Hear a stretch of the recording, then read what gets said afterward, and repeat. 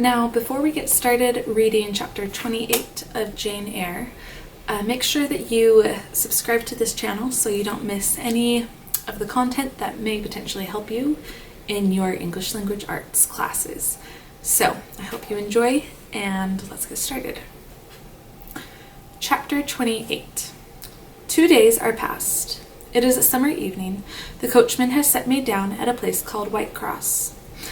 He could take me no further, for the sum I had given, and I was not possessed of another shilling in the world. The coach is a mile off by this time. I am alone. At this moment I discover that I forgot to take my parcel out of the pocket of the coach, where I had placed it for safety. There it remains, there it must remain, and now I am absolutely destitute. Whitecross is no town, nor even a hamlet. It is but a stone pillar set up where 4 roads meet, whitewashed, I suppose, to be more obvious at a distance and in darkness. 4 arms spring from its summit. The nearest town to which these point is, according to the inscription, distant 10 miles, the furthest above 20. From the well-known names of these towns I learn in what country I have lighted. A North Midland shire, dusk with moorland, ridged with mountain. This I see. There are great moors behind and on each hand of me. There are waves of mountains far beyond that deep valley at my feet. The population here must be thin, and I see no passengers on these roads. They stretch out east, west, north, and south, white, broad, lonely. They are all cut in the moor, and the heather grows deep and wild to their very verge. Yet a chance traveler might pass by, and I wish no eye to see me now. Strangers would wonder what I am doing, lingering here at the signpost, evidently objectless and lost. I might be questioned. I could give no answer but what would sound incredible and excite suspicion. Not a tie holds me to a human society at this moment. Not a charm or hope calls me where my fellow creatures are. None that saw me would have a kind thought or a good wish for me. I have no relative but the universal mother, nature. I will seek her breast and ask repose. I struck straight into the heath. I held on to a hollow I saw deeply furrowing the brown moorside. I waded knee-deep in its dark growth. I turned with its turnings, and finding a moss-blackened granite crag in a hidden angle, I sat down under it. High banks of moor were about me. The crag protected my head, the sky over that. Some time passed before I felt tranquil even here. I had a vague dread that wild cattle might be near, or that some sportsman or poacher might discover me. If a gust of wind swept the waste, I looked up, fearing it was the rush of a bull. If a plover whistled, I imagined it a man. Finding my apprehensions unfounded, however, and calmed by the deep silence that reigned as evening declined to nightfall, I took confidence. As yet I had not thought, I had only listened, watched, dreaded. Now I regained the faculty of reflection. What was I to do? Where to go? Oh, intolerable questions! When I could do nothing and go nowhere. When a long way must yet be measured by my wearied, trembling limbs before I could reach human habitation. When cold charity must be entreated before I could get a lodging. Reluctant sympathy importuned, almost certain repulse incurred before my tale could be listened to, or one of my wants relieved. I touched the heath. It was dry and yet warm with the heat of the summer day. I looked at the sky. It was pure. A kindly star twinkled just above the chasm ridge. The dew fell, but with propitious softness. No breeze whispered. Nature seemed to me benign and good. I thought she loved me, outcast as I was, and I, who from man could anticipate only mistrust, rejection, insult, clung to her with filial fondness. Tonight, at least, I would be her guest, as I was her child. My mother would lodge me without money and without price. I had one morsel of bread yet, the remnant of a roll I had bought in a town we passed through at noon with a stray penny, my last coin. I saw ripe bilberries gleaming here and there, like jet beads in the heath. I gathered a handful and ate them with the bread. My hunger, sharp before, was, if not satisfied, appeased by this hermit's meal. I said my evening prayers at its conclusion, and then chose my couch. Beside the crag, the heath was very deep. When I lay down, my feet were buried in it. Rising high on each side, it left only a narrow space for the night air to invade. I folded my shawl double and spread it over me for a coverlet. A low, mossy swell was my pillow.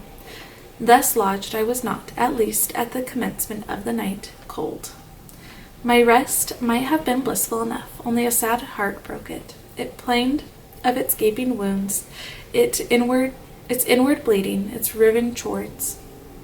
It trembled for Mr. Rochester and his doom. It bemoaned him with bitter pity. It demanded him with ceaseless longing. And impotent as a bird with both wings broken, it still quivered its shattered pinions in vain attempts to seek him.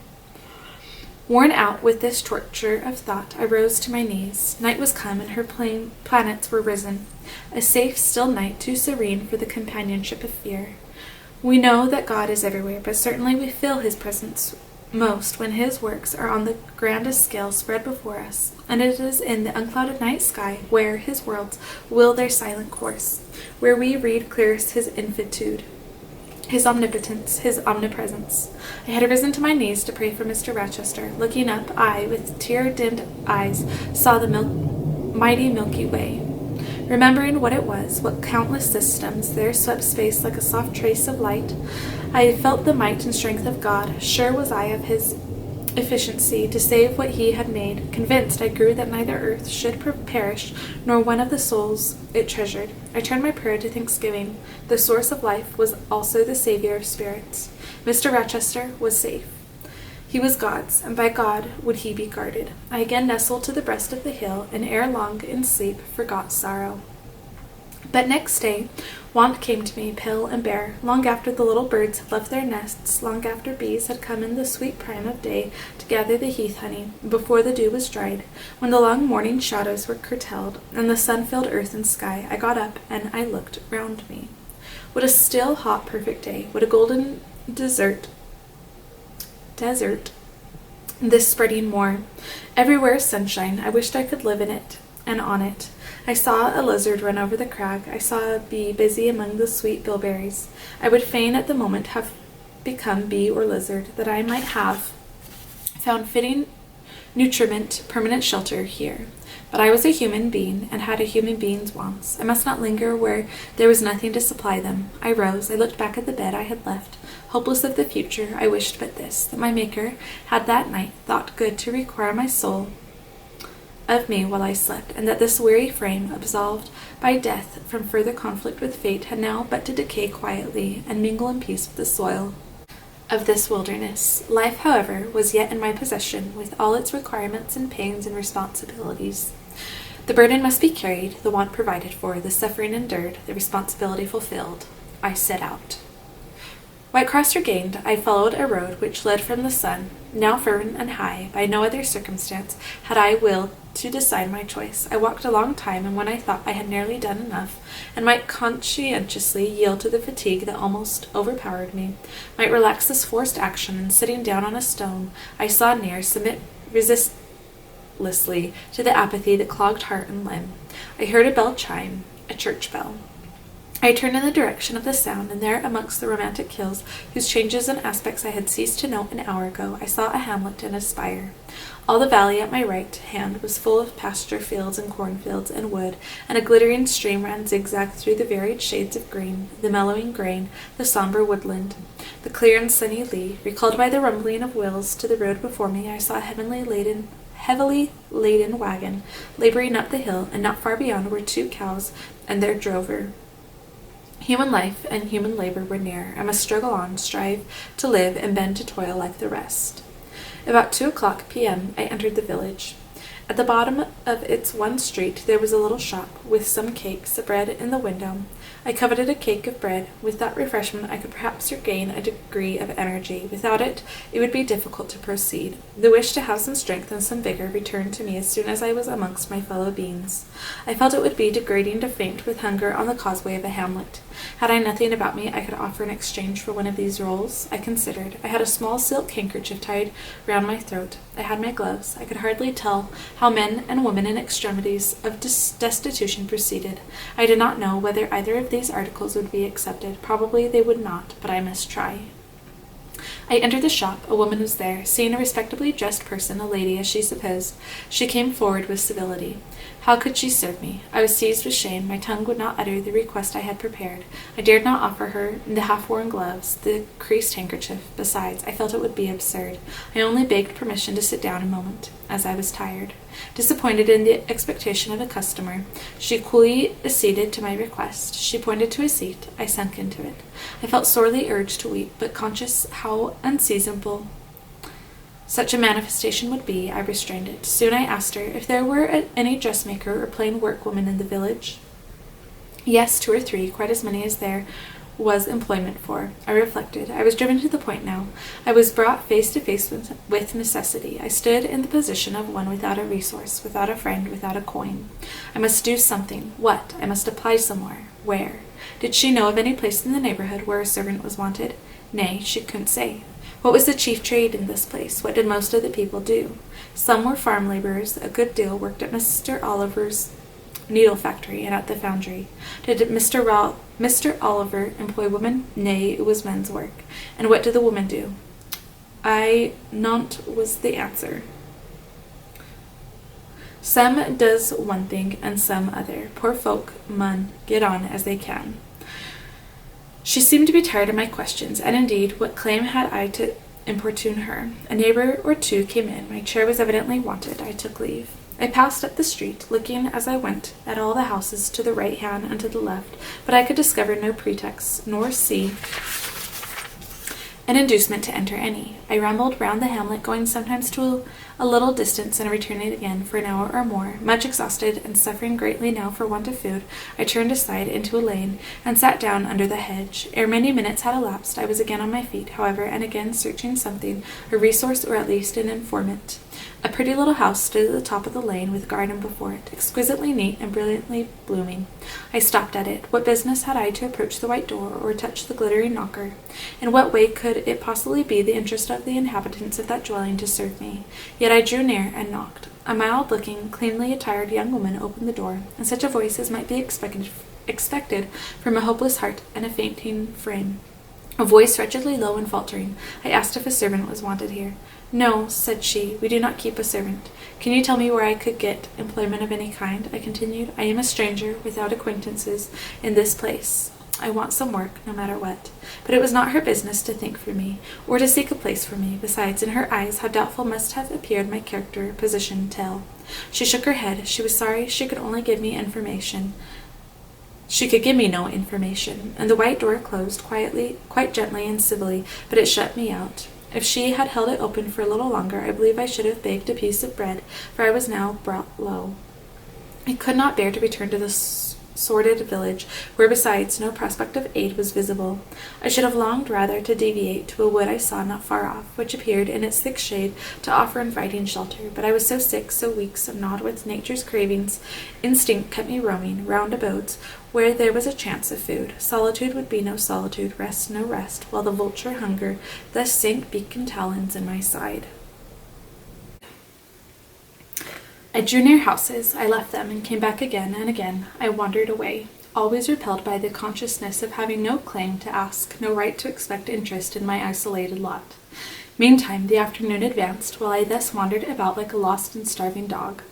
In crossing a field, I saw the church spire before me. I hastened towards it. Near the churchyard and in the middle of a garden stood a well-built, though small house, which I had no doubt was the parsonage. I remember that strangers who arrive at a place where they have no friends and who want employment sometimes apply to the clergyman for introduction and aid. It is the clergyman's function to help, at least with advice, those who wish to help themselves. I seemed to have something like a right to seek counsel here. Renewing then my courage and gathering my feeble remains of strength, I pushed on. I reached the house and knocked at the kitchen door. An old woman opened. I asked was this the parsonage? Yes. Was the clergyman in? No. Would he be in soon? No, he was gone from home, to a distance not so far, happened 3 miles. He had been called away by the sudden death of his father. He was at Marsh End now, and would very likely stay there a fortnight longer. Was there any lady of the house? Nay, there was not but her, and she was housekeeper, and of her, reader, I could not bear to ask the relief for want of which I was seeking. I could not yet beg, and again I crawled away. Once more I took off my handkerchief. Once more I thought of the cakes of bread in the little shop. Oh, for but a crust! For but one mouthful to allay the pang of famine. Instinctively, I turned my face again to the village. I found the shop again, and I went in. And though others were there besides the woman, I ventured the request, would she give me a roll for this handkerchief? She looked at me with evident suspicion. Nay, she never sold stuff that way. Almost desperate, I asked for half a cake. She again refused. How could she tell where I had got the handkerchiefs, she said. Would she take my gloves? No. What could she do with them? Reader, it is not pleasant to dwell on these details. Some say there is enjoyment in looking back to painful experience past, but at this day I can scarcely bear to review the times to which I allude. The moral degradation, blent with the physical suffering, formed too distressing a recollection ever to be willingly dwelt on. I blamed none of those who repulsed me. I felt it was what was to be expected, and what could not be helped. An ordinary beggar is frequently an object of suspicion, a well-dressed beggar inevitably so. To be sure, what I begged was employment, but whose business was it to provide me with employment? Not certainly that of persons who saw me then for the first time, and who knew nothing about my character. And as to the woman who would not take my handkerchief in exchange for her bread, why, she was right. If the offer appeared to her sinister, or the exchange unprofitable, let me condense now. I am sick of the subject. A little before dark I passed a farmhouse, at the open door of which the farmer was sitting, eating his supper of bread and cheese. I stopped and said, "Will you give me a piece of bread, for I am very hungry?" He cast on me a glance of surprise, but without answering he cut a thick slice from his loaf and gave it to me. I imagine he did not think I was a beggar, but only an eccentric sort of lady who had taken a fancy to his brown loaf. As soon as I was out of sight of his house, I sat down and ate it. I could not hope to get a lodging under a roof, and sought it in the wood I have before alluded to. But my night was wretched, my rest broken, the ground was damp, the air cold. Besides, intruders passed near me more than once, and I had again and again to change my quarters. No sense of safety or tranquillity befriended me. Towards morning it rained. The whole of the following day was wet. Do not ask me, reader, to give a minute account of that day. As before, I sought work. As before, I was repulsed. As before, I starved. But once did food pass my lips. At the door of a cottage I saw a little girl about to throw a mess of cold porridge into a pig trough. "Will you give me that?" I asked. She stared at me. "Mother," she exclaimed, "there is a woman wants me to give her these porridge." "Well, lass," replied the voice within, "give it if she's a beggar. The pig doesn't want it." The girl emptied the stiffened mold into my hand, and I devoured it ravenously. As the wet twilight deepened, I stopped in a solitary bridle path which I had been pursuing an hour or more. "My strength is quite failing me," I said in a soliloquy.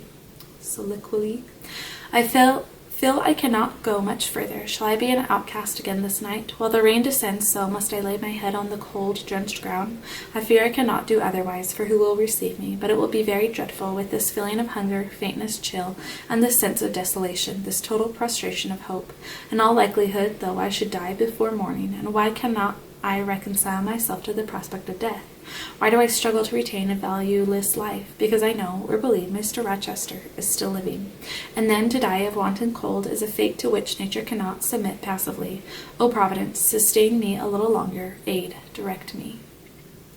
My glazed eye wandered over the dim and misty landscape. I saw I had strayed far from the village. It was quite out of sight. The very cultivation surrounding it had disappeared. I had, by crossways and byways, once more drawn near the tract of moorland, and now only a few fields, almost as wild and unproductive as the heath from which they were scarcely reclaimed, lay between me and the dusky hill.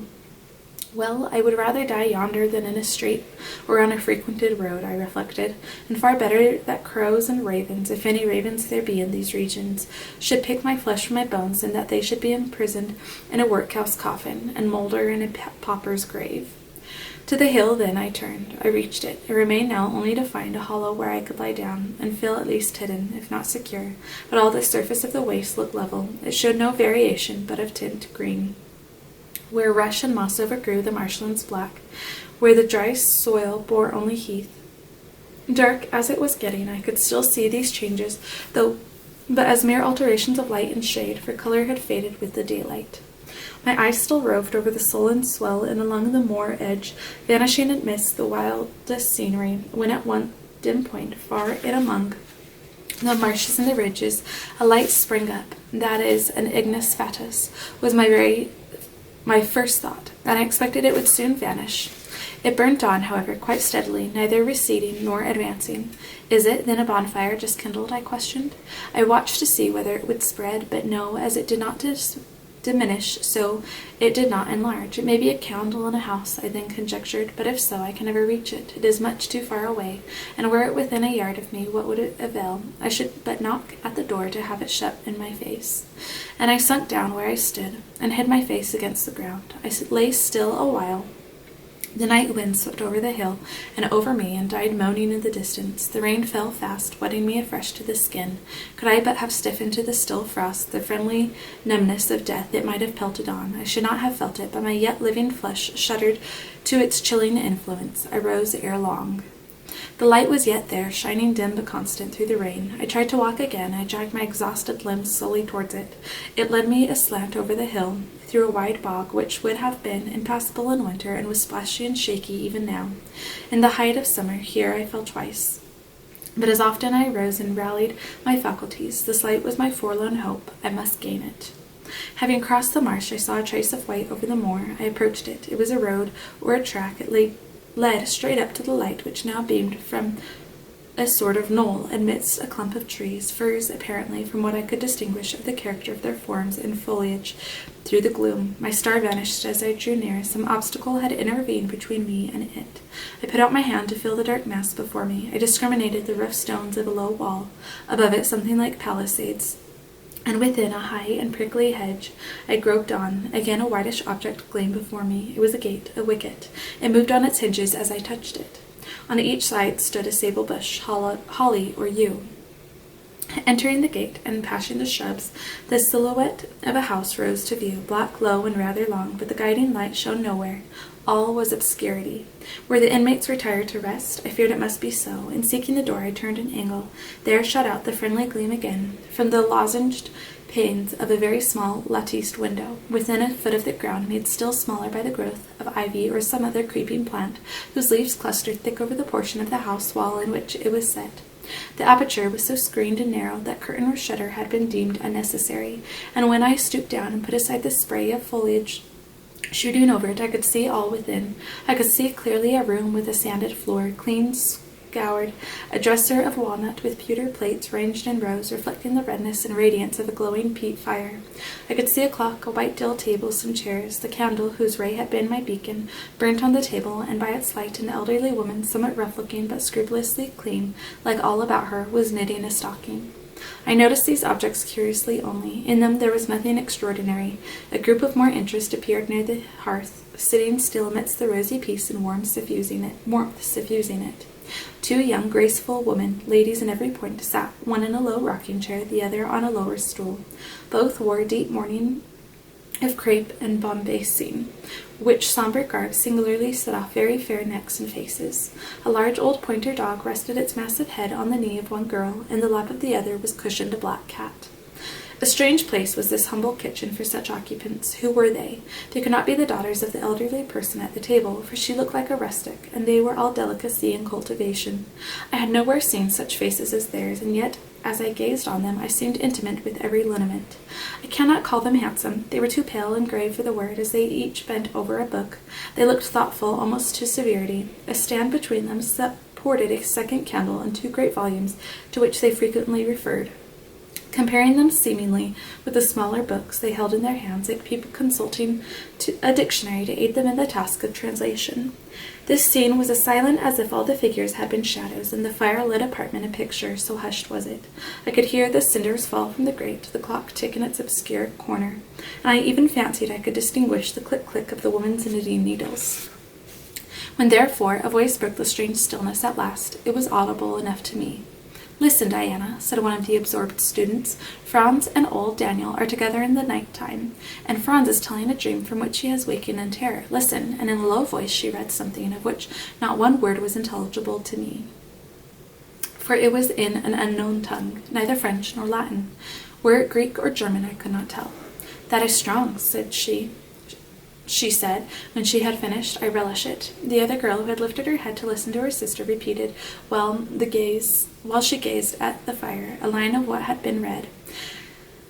At a later day I knew the language and the book, therefore I will here quote the line, though when I first heard it, it was only like a stroke on sounding brass to me, conveying no meaning. "Da trat hervor einer Ausschüssen, wie die Sternen Nacht. Good, good," she exclaimed, while her dark and deep eyes sparkled. "There you have a dim and mighty archangel fitly set before you. The line is worth 100 pages of fustian. Ich weiß die Gedanken In der Schel means Zorns und die Wirk mit dem Gewitsch means Grimm's. I like it. Both were again silent. Is there only country where they talk it that way? Asked the old woman, looking up from her knitting. Yes, Hannah, a far larger country than England where they talk in no other way. Well, for sure, 'cause I know't how they can understand to one to other, and if either o' ye went there ye could tell what they said, I guess. We could probably tell something of what they said, but not all, for we are not as clever as you think us, Hannah. We don't speak German, and we cannot read it without a dictionary to help us. And what good does it do you? We mean to teach it some time, or at least the elements, as they say, and then we shall get more money than we do now. Very like, but give o'er studying. You've done enough for tonight. I think we have. At least I'm tired. Mary, are you? Mortally. After all, it's tough work fagging away at a language with no master but a lexicon. It is, especially such a language as this crabbled but glorious Deutsch. I wonder when St. John will come home. Surely he will not be long now. It is just 10, looking at a little gold watch she drew from her girdle. It rains fast. Hannah, will you have the goodness to look at the fire in the parlor? The woman arose. She opened a door, and through which I dimly saw a passage. Soon I heard her stir a fire in an inner room. She presently came back. Ah, childer, said she, it fair troubles me to go into yond room now. It looks so lonesome with the chair empty and set back in a corner. She wiped her eyes with her apron. The two girls, grave before, looked sad now. But he is in a better place, continued Hannah. We shouldn't wish him here again. And then nobody need to have acquired our death, nor he had. You say he never mentioned us, inquired one of the ladies. He hadn't the time, bairn. He was gone in a minute, was your father. He had been a bit ailing like the day before, but not to signify. And when Mr. St. John asked if he would like either o' ye to be sent for, he fair laughed at him. He began again with a bit of a heaviness in his head, the next day, that is, a fortnight sin. And he went to sleep, and never wakened. He wore almost stark when your brother went into the chamber and found him.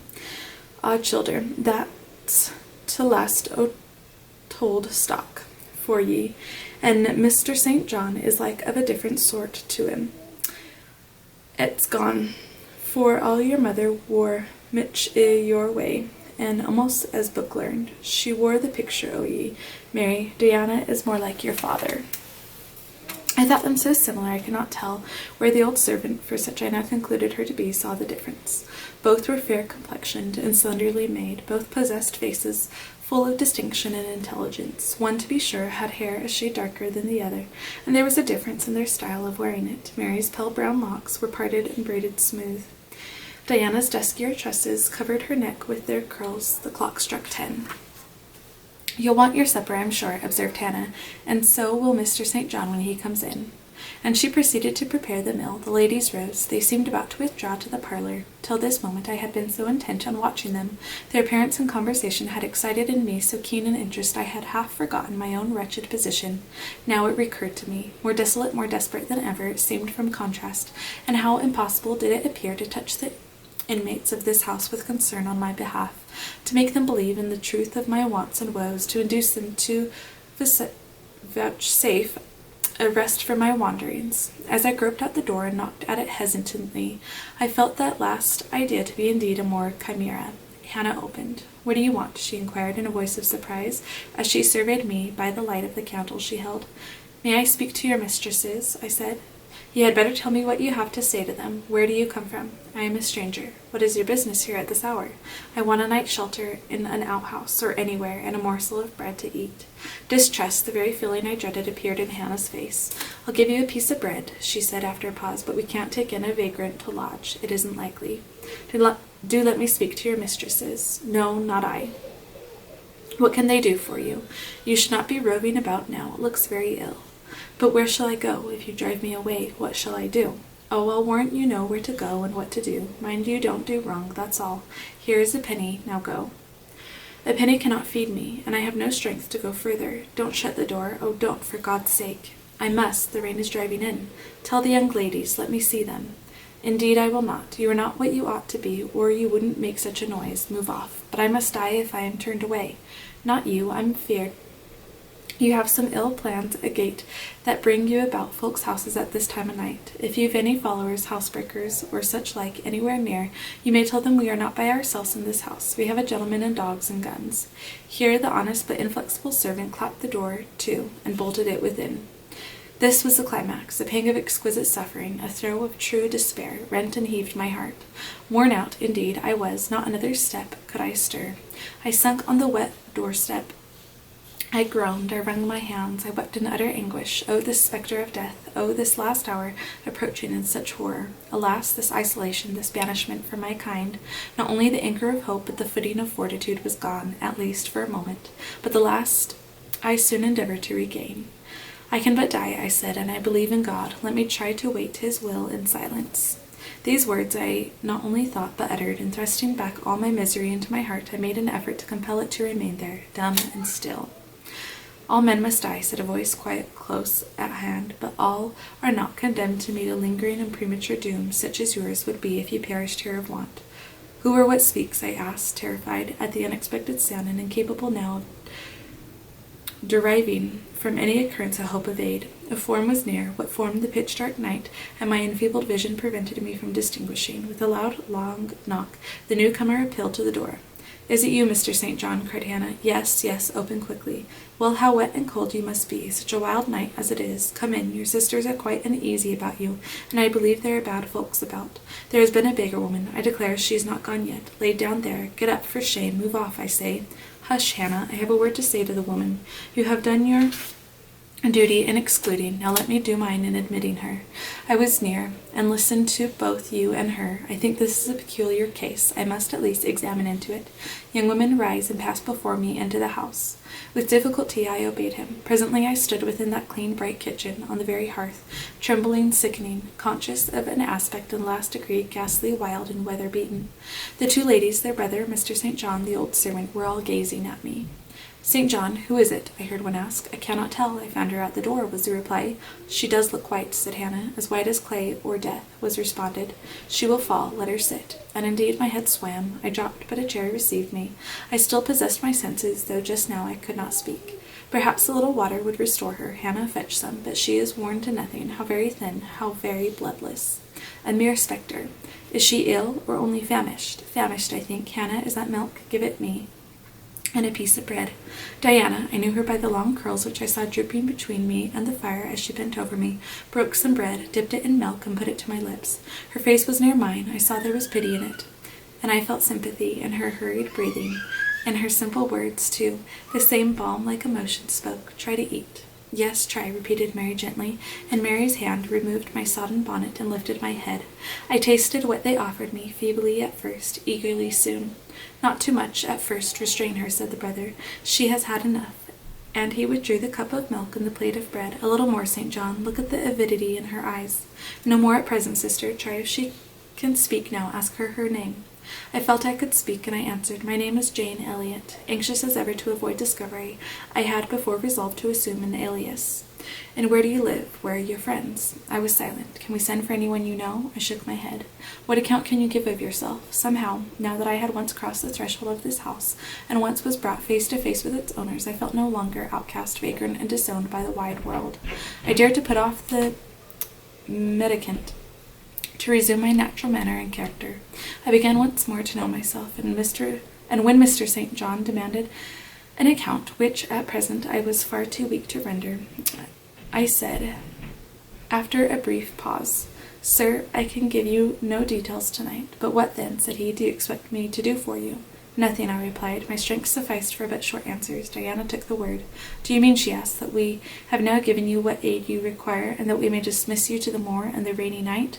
I looked at her. She had, I thought, a remarkable countenance, instinct both with power and goodness. I took sudden courage. Answering her compassionate gaze with a smile, I said, "I will trust you. If I were a masterless and stray dog, I know that you would not turn me from your hearth tonight. As it is, I really have no fear. Do with me and for me as you like, but excuse me from such discourse. My breath is short. I feel a spasm when I speak." All three surveyed me, and all three were silent. Hannah, said Mr. St. John, at last, let her sit there at present and ask her no questions. In 10 minutes more give her the remainder of that milk and bread. Mary and Diana, let us go into the parlour and talk the matter over. They withdrew. Very soon one of the ladies returned. I could not tell which. A kind of pleasant stupor was stealing over me as I sat by the genial fire. In an undertone she gave some directions to Hannah. Ere long, with the servant's aid, I contrived to mount a staircase. My dripping clothes were removed. Soon a warm, dry bed received me. I thanked God, experienced amidst unutterable exhaustion a glow of graceful joy, and slept.